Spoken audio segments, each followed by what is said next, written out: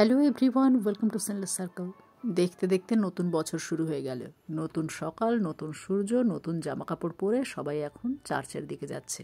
গ্রামের খ্রিস্টান পাড়ায় সকাল সকাল কেউই নিউ ইয়ারের প্রথম দিনে বাড়িতে বসে নেই, সবাই চার্চে গেছে নতুন বছরের চার্চের উপাসনায়। প্রথমে তো চার্চে গিয়ে সবাই মোমবাতি, ধূপ এগুলো জ্বালিয়ে দেবে, যে যেটা হাতে করে নিয়ে যাবে। তারপরে নৈবেদ্য হিসেবে বাড়ি থেকে যে যেটা নিয়ে যাবে, কেউ বাতাসা নিয়ে যায়, কেউ বাড়ির নতুন চাল, নতুন ধান, নতুন সবজি, এছাড়া টাকা পয়সা তো আছেই। খুশি মনে ঈশ্বরের সামনে রাখতে পারে, যা পরে চার্চের কাজেই লাগানো হবে।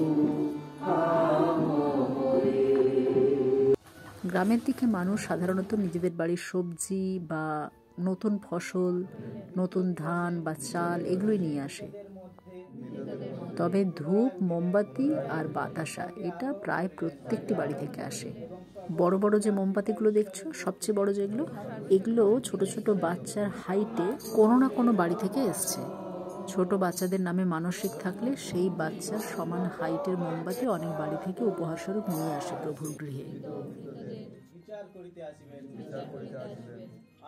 নতুন বছরের শুরুতে শপথ গ্রহণ চলছে। ঈশ্বরকে সাক্ষী রেখে ঈশ্বরের সামনে শপথ গ্রহণ। এগুলো সব প্রভুর কাছে খুশি মনে প্রত্যেকে হাতে করে নিয়ে এসছে। এরপর থাকে ধন্যবাদ আর প্রার্থনার বিষয়। অর্থাৎ যদি কারোর বিশেষ কোনো প্রার্থনা থাকে, সে সবার মধ্যে থেকে উঠে দাঁড়িয়ে সেটা ফাদারের সামনে জানাতে পারে। বা ঈশ্বরের কাছে হয়তো কিছু চেয়েছিল, সেটা পূরণ হয়েছে, এখন ঈশ্বরকে ধন্যবাদ দিতে চায়, সেটা করতে গেলেও তোমাকে উঠে দাঁড়িয়ে সবার মাঝখানে সাক্ষ্য দিতে হবে আর ধন্যবাদও জানাতে হবে ঈশ্বরকে। তারপর সবার শেষে ফাদার সবার হয়ে বিশেষ প্রার্থনা করবে। এর মাঝে মাঝে কিন্তু চলতে থাকবে ধর্মীয় গান, যিশুর গান। এই সব কিছুর পর নতুন বছরের তাৎপর্য বিশ্লেষণ করা হয়। তারপর আবারও একটা গান, প্রার্থনা, আর সব শেষে শিশু উৎসর্গ। মণ্ডলীতে আমরা সবাই আনন্দিত, আমরা গর্বিত। তাই শাস্ত্র এরকমই বলে, হে আমার প্রাণ সদা প্রভুর ধন্যবাদ করো। তোমরা কি এই অমূল্য দানের জন্য পিতা ঈশ্বরের কাছে কৃতজ্ঞ এবং শিশুটির জন্য তাহার আশীর্বাদ যাচনা করিতেছ? সাধারণত ছোট ছোট বাচ্চাদের, অর্থাৎ কয়েক সপ্তাহের বাচ্চা থেকে শুরু করে সেই 5 বছর পর্যন্ত ধরে নাও, এই রকম বয়সী যে শিশুগুলো থাকে, তাদেরকে তাদের বাবা মায়েরা প্রভুর কাছে তাদের বাচ্চাকে উৎসর্গ করতে চান, যাতে ঈশ্বর সেই সমস্ত সন্তান সন্ততিকে সঠিক পথে চালিত করতে পারেন আর ভবিষ্যতে তাদের পথ দেখান। অর্ণব গুড়িয়া, আজকের এই মণ্ডলীতে প্রভু যিশুর সাক্ষাতে আমি তোমাকে পিতা, পুত্র, পবিত্র আত্মার নামে উৎসর্গ করছি। ঈশ্বর তোমাকে আশীর্বাদ করুক, ঈশ্বর তোমার সহবর্তী হোক, ঈশ্বর সারা জীবন তোমায় ধরে রাখুক। আমেন।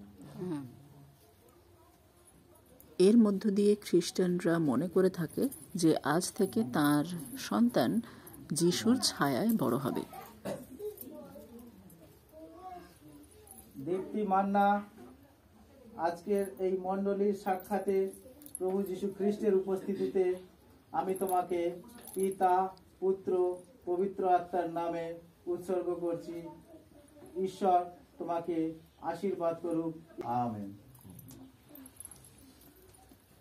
আর এই সময় আমরা শিশু উৎসর্গের অনুষ্ঠান শেষ করলাম। আমি এই সময় অনুরোধ করব মায়েরা গিয়ে বসবে। এরপরে আমাদের প্রভুর ভোজ। শিশু উৎসর্গের পর এবার হবে প্রভুর ভোজ। যারা প্রভুতে বিশ্বাস করে বা খ্রিস্টান ধর্মাবলম্বী যারা বাপ্তিস্ম গ্রহণ করেছে, একমাত্র তারাই প্রভুর ভোজ পায়। প্রভুর ভোজে সাধারণত খুব ছোট এক টুকরো ব্রেড আর তার সাথে ফ্রুট জুস দেওয়া হয়। গ্রামে এইভাবেই প্রভুর ভোজ দেওয়া হয়, তবে শহরের দিকে এবং বিদেশের চার্চগুলোতে অনেক জায়গাতে ব্রেড আর ওয়াইনেরও ব্যবস্থা আছে।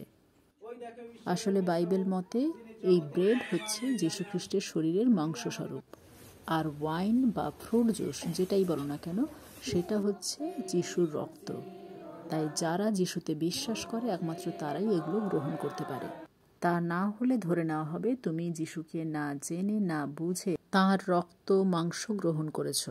এরপর যে যা ডালা এনেছে বা নৈবেদ্য এনেছে সেগুলো হাতে নিয়ে ফাদার ঈশ্বরের কাছে উৎসর্গ করেন আর সবার জন্য প্রার্থনা করেন। যতবারই প্রার্থনা করা হয় সবাই মিলে মাথা নত করে চোখ বন্ধ করে একসাথে সমবেতভাবেই প্রার্থনা করে। নিউ ইয়ারের দিন উপাসনা শেষ হলে চার্চের পক্ষ থেকে পাস্টর বাবুকে ছোট্ট একটা গিফটও দেওয়া হয়। এই বছর দেওয়া হয়েছে শার্ট, তা না হলে সাধারণত টাকা দেওয়া হয়, কিন্তু যতবারই ওনাকে টাকা দেওয়া হয়েছে উনি সেই টাকা আবার চার্চেরই উন্নতির জন্য চার্চের কোষাগারে জমাও করে দিয়েছেন। তাই এই বছর সবাই মিলে প্ল্যান করে এমন কিছু কিনে দেওয়া হয়েছে যাতে উনি ফেরত দিতে না পারেন। সব শেষে আবারও সেই যীশু খ্রিস্টকে প্রণাম করার পর অন্যান্য গুরুজন যারা রয়েছেন সবাইকে প্রণাম করে নিয়ে বাড়ির উদ্দেশ্যে রওনা দেওয়া। আজকের ভিডিও এবার শেষ করার পালা। নতুন বছর সবার ভালো কাটুক এটাই কামনা করি ঈশ্বরের কাছে। Thanks for watching.